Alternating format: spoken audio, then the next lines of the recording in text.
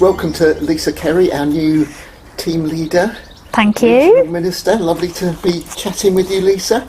Tell us about your journey to this point. Well, it's been over a period of time thinking and praying, but during my sabbatical in 2020, I really felt I needed to think about what was happening next. And several people had suggested to me that regional ministry might be that. And so I prayed about it over that period of time and just felt God saying, yes, you need to apply for one of these roles and don't worry about what comes next, but just be obedient in that part.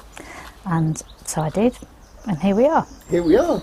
Now how do you feel as you've begun now, haven't you? Yes. So how do you feel as you're beginning this new phase? It's better now I'm doing it than the build-up in the last few weeks, waiting to start it, have been quite full on and a little bit anxious, as you are with any new job. There are moments when I'm very anxious about it because I want to do it well, and it's a big job, and there's always an element of growing into a new job. But there's also a lot of excitement and just a sense of real privilege, really. What do you think you bring to the role that's uniquely you?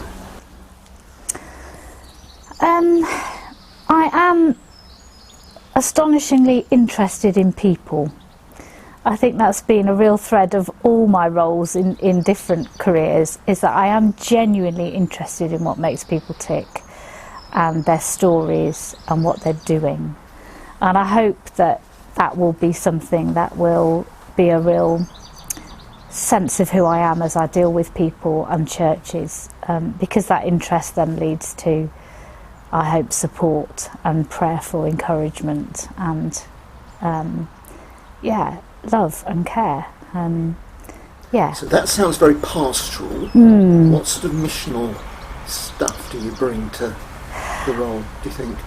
I think I am passionate about the missional stuff that any church can do, because I think we can all get very daunted, can't we, about the fact that, you know, we hear about something wonderful going on in a church somewhere and it sounds fantastic, but our first thought is, yeah, but we couldn't do that because we've only got this, or we've only got this, so many people. So I'm passionate about missional things that anybody can do, and I think that is about knowing your own church, isn't it, and knowing your own situation and the one thing that God is asking you to do, to be you as the church that you are. Can you give us an example? Well, for us in Croxley, which is where I was before I became this role, we explored Renew Wellbeing and felt that we needed to reinvent how we did the whole of church and to buy a cafe, and it all seemed huge. And actually what happened was, in the middle of lockdown, God said to us, just get on and do it. Just get on and do the thing, this welcoming people that are fragile and vulnerable. Just welcome them with what you've got. And that has been transformative. And I think what that's taught me, that you use what you've got. You don't look for, well, we've got to have this and we've got to have that before we can start doing what God's asking us to do. And in welcoming in the vulnerable and the slightly broken, that has such a seismic effect on the church. It's hard work, but it's made us more missional. And so I am quite passionate about that, because I can see that we could have been a church of 20 people and done that. We didn't need to be. We were a fairly large church, but it wasn't being a large church that made it work.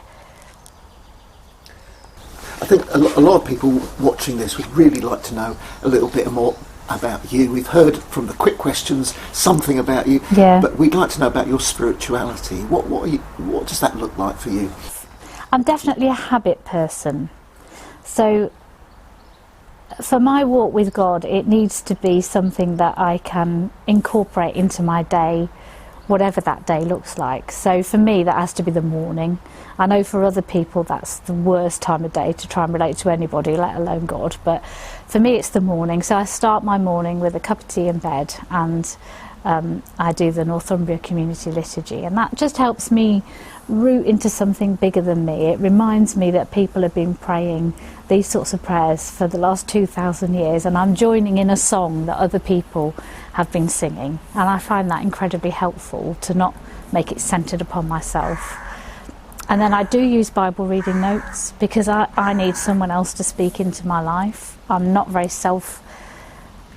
sufficient, if you like, even though I spend a lot of my life reading the Bible. At that point in my day, I find it helpful for someone else to speak in to what the Bible's saying and to kind of nudge my thoughts along at that time in the morning. So is there something that you sense that God is saying to you, to us now?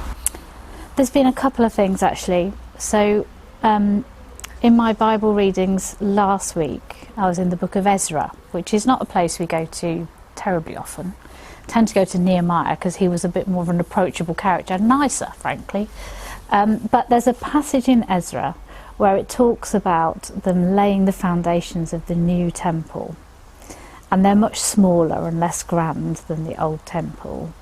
And the people are all gathered around, and some of them are rejoicing because they're so glad that they've laid these foundations of the temple. But it says in the passage that there are some there who remembered the old temple, and they are weeping because it's not as good as the one they had before.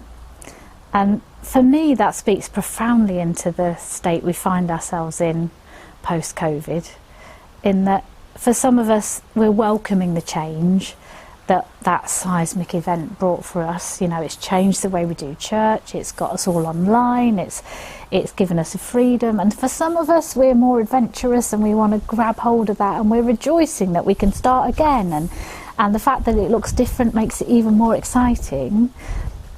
But for others of us, we're really, really mourning what we've lost still.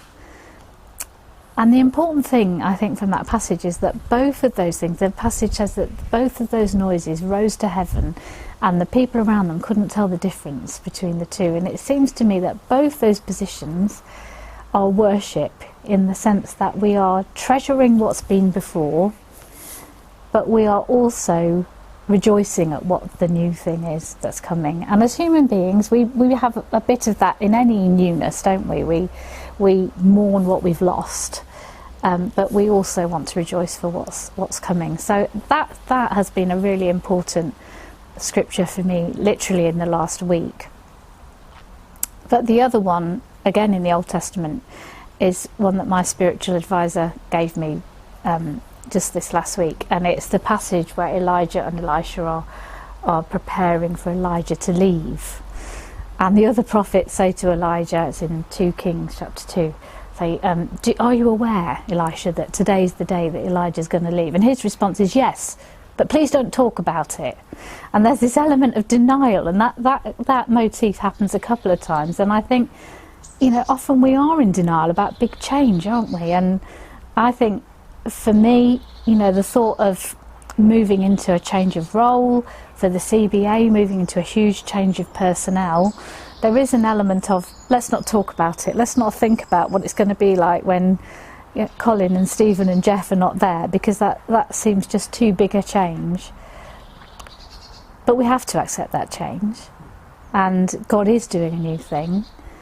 And when Elijah leaves his cloak for Elisha, and Elisha goes back over the river, and he asks this question, where is the God of Elijah? And he picks up the cloak, and of course the answer is that the God of Elijah hasn't gone anywhere at all, and that the power is still there because it wasn't Elijah's, it was God's.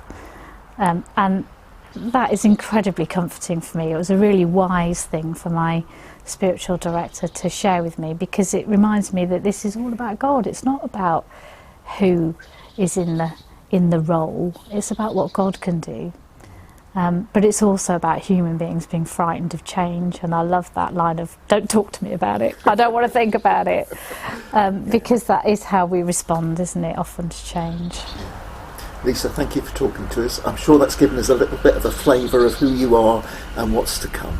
God bless you in your new ministry. Thank you, Colin.